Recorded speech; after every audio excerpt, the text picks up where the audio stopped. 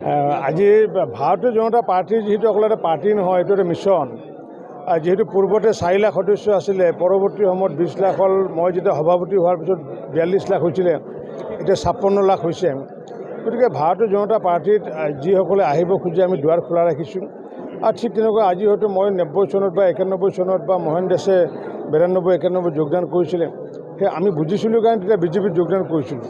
কিন্তু সৰ্বানন্দ সোণোৱাল, হিমন্ত বিশ্ব শৰ্মা ডাঙৰীয়া যোগদান কৰিছে, বুজি উঠিছে।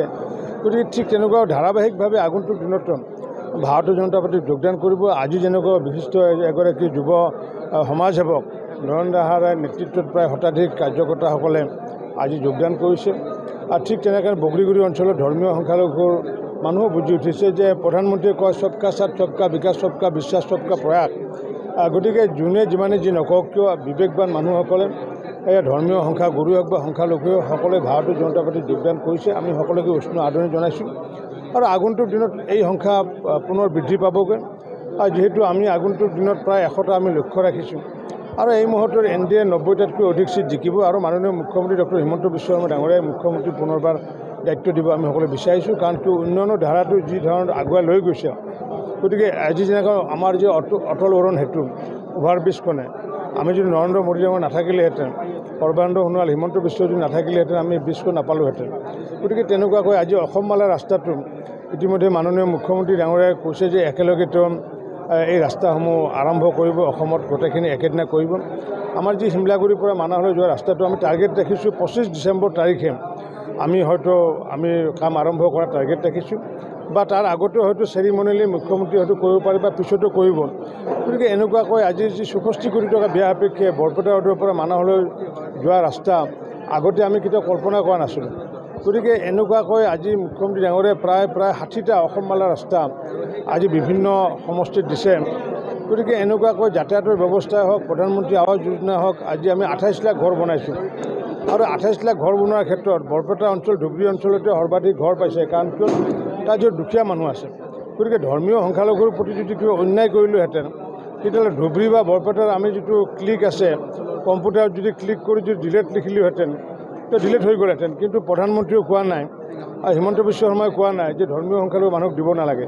গতিকে সবকা সাথ সবকা বিকাশ নীতিৰ আধাৰত আমি কাম কৰি আহিছোঁ, যাৰ কাৰণে এই কথা লাহে লাহে বুজি উঠিছে। মই ভাবোঁ আগন্তুক দিনত অসমৰ প্ৰতিটো পৰিয়ালৰ পৰা এজন ভাৰতীয় জনতা পাৰ্টিৰ সদস্য হ'ব বুলি আশা ৰাখিছোঁ। আজি ভাৰতীয় জনতা পাৰ্টিৰ যিহেতু অকল এটা পাৰ্টি নহয়, এইটো এটা মিছন। যেহেতু পূৰ্বতে 4 লাখ সদস্য আছিলে, পৰৱৰ্তী সময়ত 20 লাখ হ'ল। মই যেতিয়া সভাপতি হোৱাৰ পিছত 42 লাখ হৈছিলে, এতিয়া 56 লাখ হৈছে। গতিকে ভাৰতীয় জনতা পাৰ্টিত যিসকলে আহিব খোজে আমি দুৱাৰ খোলা ৰাখিছোঁ। আৰু ঠিক তেনেকুৱা আজি হয়তো মই 90 চনত বা 91 চনত বা মোহন দাসে 92, 91 যোগদান কৰিছিলে, সেই আমি বুজিছিলোঁ কাৰণে তেতিয়া বিজেপিত যোগদান কৰিছিলোঁ। কিন্তু সৰ্বানন্দ সোণোৱাল, হিমন্ত বিশ্ব শৰ্মা ডাঙৰীয়া যোগদান কৰিছে, বুজি উঠিছে। গতিকে ঠিক তেনেকুৱা ধাৰাবাহিকভাৱে আগন্তুক দিনত ভাৰতীয় জনতা পাৰ্টিত যোগদান কৰিব। আজি যেনেকুৱা বিশিষ্ট এগৰাকী যুৱ সমাজসেৱক নৰেন্দ্ৰ দাহাৰাৰ নেতৃত্বত প্ৰায় শতাধিক কাৰ্যকৰ্তাসকলে আজি যোগদান কৰিছে। আৰু ঠিক তেনেকৈ বগৰীগুৰি অঞ্চলৰ ধৰ্মীয় সংখ্যালঘুৰ মানুহো বুজি উঠিছে যে প্ৰধানমন্ত্ৰীয়ে কয় সবকা সাথ সবকা বিকাশ সবকা বিশ্বাস সবকা প্ৰয়াস। গতিকে যোনে যিমানে যি নকওক কিয় বিবেকবান মানুহসকলে ধৰ্মীয় সংখ্যা গুৰু হওক বা সংখ্যালঘু সকলোৱে ভাৰতীয় জনতা পাৰ্টিত যোগদান কৰিছে। আমি সকলোকে উষ্ণ আদৰণি জনাইছোঁ আৰু আগন্তুক দিনত এই সংখ্যা পুনৰ বৃদ্ধি পাবগৈ। আৰু যিহেতু আমি আগন্তুক দিনত প্ৰায় 100টা আমি লক্ষ্য ৰাখিছোঁ আৰু এই মুহূৰ্তত NDA 90টাতকৈ অধিক চিট জিকিব আৰু মাননীয় মুখ্যমন্ত্ৰী ডক্টৰ হিমন্ত বিশ্ব শৰ্মা ডাঙৰীয়াই মুখ্যমন্ত্ৰী পুনৰবাৰ দায়িত্ব দিব আমি সকলোৱে বিচাৰিছোঁ। কাৰণ কি উন্নয়নৰ ধাৰাটো যি ধৰণত আগুৱাই লৈ গৈছে, গতিকে আজি যেনেকৈ আমাৰ যি অটল অৰুণ সেতু অভাৰব্ৰিজখনে আমি যদি নৰেন্দ্ৰ মোদী ডাঙৰ নাথাকিলেহেঁতেন, সৰ্বানন্দ সোণোৱাল, হিমন্ত বিশ্ব যদি নাথাকিলেহেঁতেন, আমি ব্ৰিজখন নাপালোঁহেঁতেন। গতিকে তেনেকুৱাকৈ আজি অসমমালা ৰাস্তাটো ইতিমধ্যে মাননীয় মুখ্যমন্ত্ৰী ডাঙৰীয়াই কৈছে যে একেলগে এই ৰাস্তাসমূহ আৰম্ভ কৰিব, অসমত গোটেইখিনি একেদিনা কৰিব। আমাৰ যি শিমলাগুৰিৰ পৰা মানাহলৈ যোৱা ৰাস্তাটো আমি টাৰ্গেট ৰাখিছোঁ 25 ডিচেম্বৰ তাৰিখে আমি কাম আৰম্ভ কৰাৰ টাৰ্গেট ৰাখিছোঁ। বা তাৰ আগতে হয়তো চেৰিমনিয়েলি মুখ্যমন্ত্ৰী হয়তো কৰিব পাৰে বা পিছতো কৰিব। গতিকে এনেকুৱাকৈ আজি যি 64 কোটি টকা ব্যয় সাপেক্ষে বৰপেটা ৰোডৰ পৰা মানাহলৈ যোৱা ৰাস্তা আগতে আমি কেতিয়াও কল্পনা কৰা নাছিলোঁ।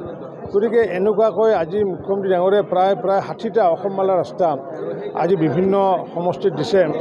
গতিকে এনেকুৱাকৈ যাতায়াতৰ ব্যৱস্থাই হওক, প্ৰধানমন্ত্ৰী আৱাস যোজনা হওক, আজি আমি 28 লাখ ঘৰ বনাইছোঁ আৰু 28 লাখ ঘৰ বনোৱাৰ ক্ষেত্ৰত বৰপেটা অঞ্চল ধুবুৰী অঞ্চলতে সৰ্বাধিক ঘৰ পাইছে, কাৰণ কিয় তাত য'ত দুখীয়া মানুহ আছে।